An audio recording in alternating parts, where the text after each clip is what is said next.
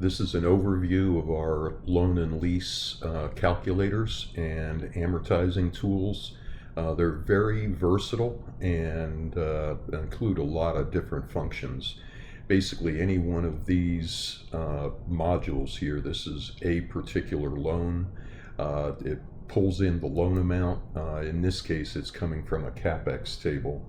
That's another part of this pro forma. This is just a breakdown and an assignment of different capital expenditures, assigning them over to different finance packages.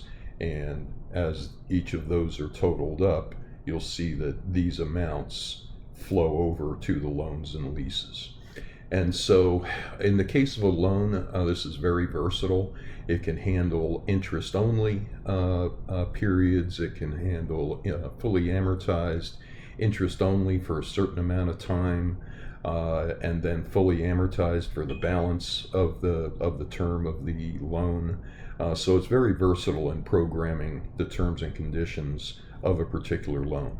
It can also be used for leases. So by selecting either loan payment or rental payment, which is what a lease is, it'll convert it over to a lease amortization with a residual at the end of the term. The other really neat thing about this is that you can program in the start month of when this loan actually starts. In this case, we have two different loans that came from the CapEx table, one for $166,000, one for $120,000. They have their own particular terms and conditions. And then what's really neat is there's a start month. And the start month is when the loan payments are going to start. Now, the loan payments also calculate for amortized. It's going to have your interest portion and principal portion, which is important for your income and expense statement, because interest is an expense and their principal payments are actually increases to your balance sheet. So even though you're spending this full amount, only this is truly an expense. This is an increase to your balance sheet. So what's really neat about these start months is when you come over to your income and expense, if you'll note that package 1 starts on month 1 and package 2 starts in month 6.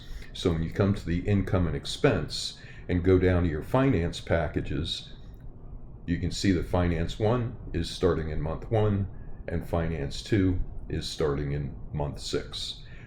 Then as we do adjustments, that's going to, using the full payment of interest and principal, that's going to wind up giving you a cash flow calculation. In order to get it back to a net profit, you need to add back in the principal payments that were made on those loans during those same periods. And so it just basically adds up. You'll see that what it does, it has some logic here, looking up to loans and leases, and it just adds together the two principal payments on the lease schedule. So it'll take this principal amount plus this principal amount based on the month that they started, and drop it into the income and expense statement. This, by the way, runs out to 84 months, and that can be extended. More of these can be brought in.